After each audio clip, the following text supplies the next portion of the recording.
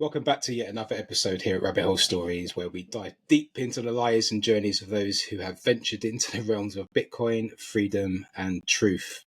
So we thought it would be only relevant, really, to give you an episode here for Joe and I to speak about the recent release of Julian Assange. For those of you who don't know, I'm your host, Ian, joined by my beautiful co-host, Joël. How you doing, Joël? I'm doing good, thank you, Ian. You're living the dream, man. Today, we thought we would obviously explore and focus on the recent developments surrounding Julian Assange, the founder of WikiLeaks. And for those of you that might not be familiar, which you should be if you're a human being on this planet, Julian Assange is the Australian editor, publisher, and activist who founded WikiLeaks in 2006. WikiLeaks has been a pivotal platform for whistleblowers, releasing classified and sensitive documents that have exposed various governments and institutional misconducts worldwide. And Assange has faced numerous legal battles and has been technically imprisoned since 2019. However, before that, he sought asylum in the Ecuadorian embassy, I think from 2012 up to 2019. But prior to that, he was tagged.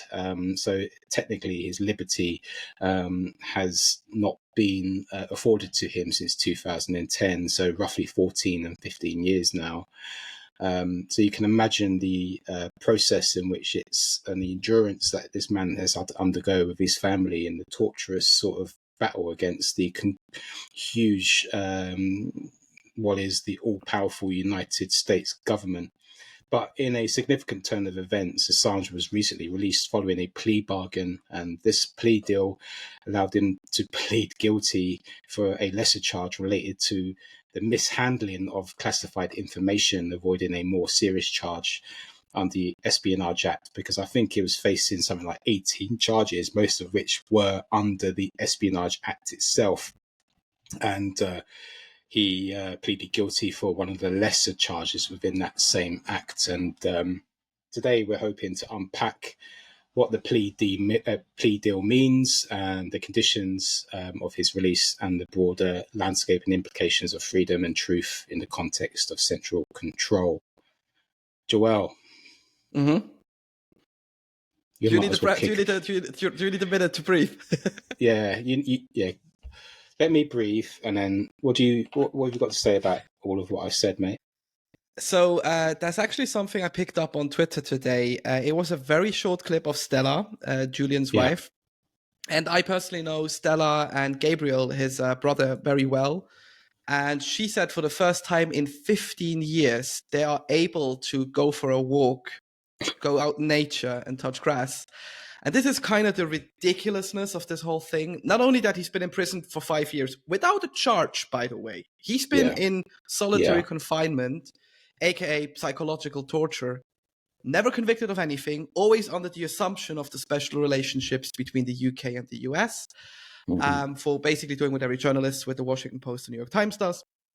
And then going out into this like sensory overload situation where, I don't know if you've seen the clips here, like there's been journalists gathering around the airplanes, suddenly he's not confined to his like 2x3 meter cell. He's actually able to walk around. He's able to see the sky probably and the whole of nature. So I also imagine from that perspective, it must have been quite a shock. Plus that it must be overwhelming. Yeah, and that long Stansted to Bangkok, I think, and then he went on to this weird island where the US, for some reason, still had possession of governmental control and stuff. And then from there on out, he flew to Australia. So like that was like a 20-hour trip, and it's like your first time back out in a plane in like 15 years. So all of that combined, I think it's just sensational that at the end of the day, he's able to walk out of the plane. He's able to hug his wife for the first time without any guards or anything around, and just enjoying probably a good night's sleep, as we all mostly do if we go to bed. So just under that whole scope, it's incredible. But obviously, we'll dive into the details of what actually happened. Yeah, mate, you're absolutely right. It kind of highlights the things that we take for granted day to day. And what really struck me, actually, and there was one picture of him I saw throughout all the many pictures that have been released since, was him on this jet, sort of semi-lounging, looking out the window at the sky. And I was thinking that for him, like that, the vastness of, like, you know, from what he was compared to, this sort of confinement of a cell, this regimented routine that was in this prison Belmarsh, you know, the environment and the authority and the surveillance and the confinement of space versus being released out into the world must be quite overwhelming, and it will take quite a lot to unpack and process. And it just made me realize the trauma that he must have undergone throughout this whole period, you know, of uncertainty and sort of really fighting back against the system. But here we are, like a day that, you know, we all hoped for. Many have protested for. I remember walking past the Ecuadorian embassy years ago, always somebody or a group of people out in front of the embassy with placards, Free Julian Assange. Like, people have been sort of fighting for this forever, and obviously the legal team and Julian Assange himself and his wife Stella. Like, I can't imagine what they've gone through, and it's going to be an adjustment period for sure for him to actually really sort of settle back into the world as a free man, right? But then that, you know, without being insensitive about a free man, but it kind of made me reflect a little bit. Yes, we take a lot for granted out here. We can sort of relatively move about here in the West freely, right? But what is freedom really, ultimately, right? You know, we're under surveillance. Even telling the truth can get you prosecuted and imprisoned. And it sends still a message. The fact that he still had to plead guilty for telling the truth under the Espionage Act sort of puts the fear of God probably into journalists for, you know, trying to expose similar truths and stuff like that. So that's the kind of place I wanted to sort of think about in my head. But anyway, I've rambled enough. Over to you. I was positively surprised how a lot of media coverage it got, also by the main media, because for the last 7 years they've been absent with the case. It's always been That's like, oh yeah, true. the nutter in the prison is gone. But now, where it's obviously getting a lot of clicks again, that's where the media picks it up. Sort of part of their business model, I guess. But what I was really shocked by is there was really a lack of fear amongst the journalists, because if you actually watch the plea deal, or if you read the plea deal, it clearly lays out, if you publish any information the government, especially the US state, does not like, and by this they mean the military industrial complex, you will be redeemed as a criminal and you will face similar charges to what Julian had. And I guess not everyone at the Washington Post, especially, and at the New York Times will not crack as much under pressure as Julian did. I think they'll all be dead within a couple of days, if not weeks. So that's really the thought where I go, okay, we've got the media coverage now, but they're focusing on the right stuff, that he's free and such, but they should also put an emphasis on how dangerous this plea deal still is, because it criminalizes journalism, and especially investigative journalism, which is what WikiLeaks did at the end. They got a source, they verified it. They did not protect everyone in that verification. That was part of WikiLeaks' vision. We do not filter, we just dump everything the way we get it. We don't build a narrative around it. And I've also read along the lines that very conveniently, as a part of the plea deal, 20,000 emails by the DNC had to be deleted. For anyone who's familiar with the Hillary case, her emails are quote unquote gone now. They just don't realize that everything on the internet is being duplicated by hundreds of thousands, if not millions of people. So it's not entirely gone, but it's gone in WikiLeaks archives. So also from that angle, it's sort of been a very strategic move, in my opinion, to, you know, let's call it wipe out not so nice histories with the DNC especially. But hey, at least he's free. That's the main thing. With the regarding the DNC, the Democratic National Committee, I don't know if there were, because I'm trying to still catch up with you. I don't know if there's any direct mention of these charges in relation to the plea deal, but I know that Assange and WikiLeaks were prominently involved in the release of hacked DNC emails, in 2016? Must have been 15 or 16, yeah.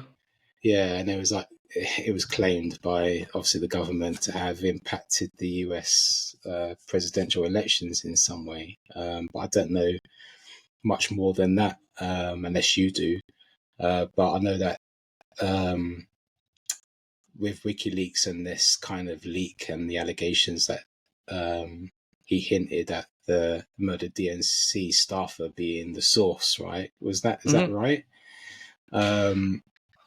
It was never verified, but there were a lot of DNC staffers who eventually left the committee, or let's just call it the fucking cult, because that's what it is at the end of the day. Cartel. Cartel cult. Allegedly. Just read the creature from Jekyll Island, perhaps. No, I mean, there was a lot of like restructuring after the whole event. I mean, Hillary went on like a 4-year rant that it was Russian disinformation, although she never had any proof. It then sort of went into the whole Russia hoax stuff in the US, which also came out at the end of like, we actually don't have any proof. And then it sort of went into everything. Oh yeah, but Assange, he was always the guy, working against us, essentially. So that was one of the conditions they met. But, again, like I said, the internet works in its own ways. If that has been online for 8 years now, no fucking way that it's not being duplicated and archived anywhere. So it's not like it's gone. It's just in the eyes of the US government, it's a win. I understand. I've read a lot of people are upset that WikiLeaks did this, but like, hey, it was either that or the guy probably facing charges and life in prison in the US forever. So it was a worthy sacrifice to give up. The only thing I didn't like is Stella in her press conference was sort of praising and thanking the Australian Prime Minister, who I know from Julian's brother only really started paying interest about 2 years ago when he started realizing, I can use this for my own elections as well. So that's the only thing I didn't like, but that's politics again. You sort of have to play along.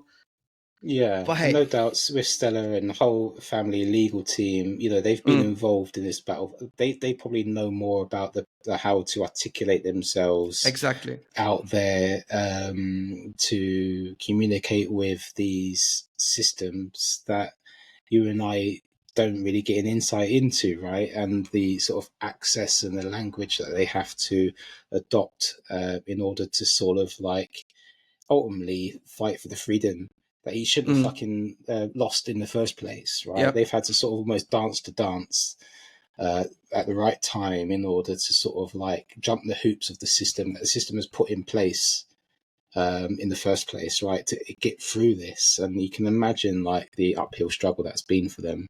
And to like, say thanks to this. Now, obviously people that have sort of been involved, whether they've come in late or whether they have any real interest or if it's just politically, selfishly motivated, the end result, it's ended up in this situation, right?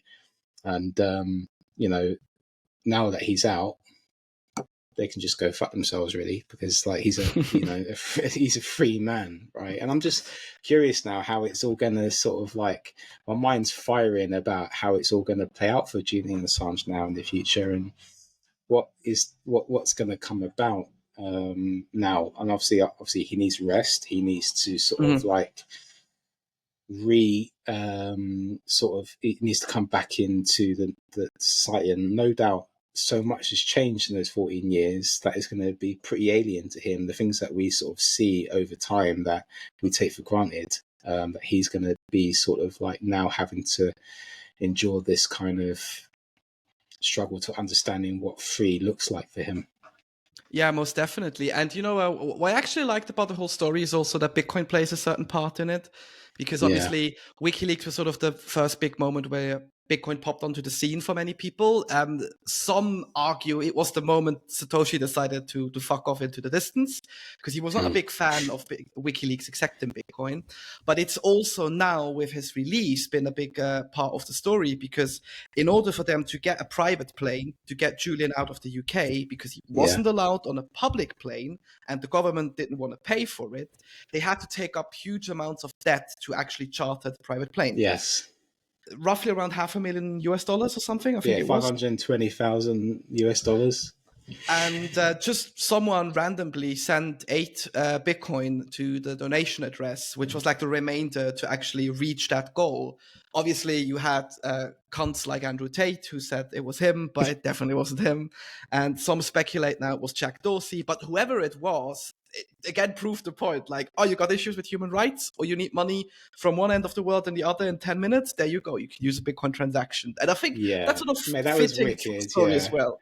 mate, that's a perfect ending to this episode because it does have a Bitcoin end. Obviously, because Bitcoin's been part of the conversation with WikiLeaks for a long time now, right? Whether or not Satoshi had any opinions about that, which ultimately at the end of the day is irrelevant, right? Because Bitcoin Yep. don't give a fuck, right? It's for everyone to do whatever they want with it, and the fact that with his release, like the Bitcoin community has showed up and sort of like paid for a private jet for him to fly home, the flight of freedom Mm-hmm. through Bitcoin, mate. And that's just like beautiful and poetic that it proves So, that the are we centralized saying systems can go and fuck themselves, bro. are we Like, saying and Bitcoin fixed WikiLeaks?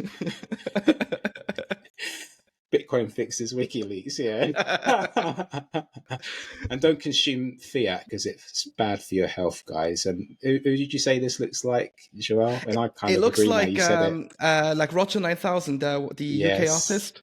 Yeah, mate, a legend, mate. So shout out to you, bro. And yeah, I don't know. Is there anything you want to add? I think I had one more question for you. Do you think Assange, because he's now in Australia, he's home, he will recover. Do you think he would Yeah. ever get back to Europe? I mean, he's not going to the US. Pretty obvious. I wouldn't. Um, Mm. but like, would he even return to Europe? Because granted, all the other countries in Europe didn't really treat him any better. And I'm just curious to see what his future holds, or what you think. Yeah, I don't know. Like, where did he live for a long time? Because it wasn't just exclusively Australia, was it? So he moved from Australia to Europe via, Yeah. I think, Germany. Hmm. He used to be in and out of Switzerland a lot in like the mid 2000s, so Yeah. '06 to 10. Then he was in Stockholm as well, often. That's where the alleged rape charge took place. That was also never proven. And then he Mm. got into the UK just because there was a lot of stuff happening and they were co publishing with The Guardian and stuff. So I Yeah. think he So with was that more all like in Central mind, I Europe. think like with all those places and the time he spent there and the community, no doubt that he formed as a result of WikiLeaks, Hmm. I think one day, these places were his other homes, right? Yeah. And he needs to get out and explore his freedom, maybe. But maybe he just needs to spend some time at home for a little bit and sort of recenter himself and then start exploring. But yeah, I hope he does, and I hope he makes best use Mm. of the time he has left and as a free man in the world. And yeah, good luck to him, and I wish him all the best. And I congratulate him personally Hmm. and his family. And I know going to the Bitcoin conferences, his brother and Stella have turned up, and they've really fought the fight. And hope they get an opportunity to rest themselves as well. So that's all I've got to say. Yeah, you mentioned a very good thing here, so I'm going to take over for the closing segment. He has to have his time now, and as we all know, Yeah. time is scarce and is the most scarce asset on the planet. So, without wasting any of yours anymore, thanks as always for listening along. We hope you like this pretty much spontaneous, but still interesting conversation. And as always, guys, it's time to stay curious, and we look forward to seeing you soon. See you guys.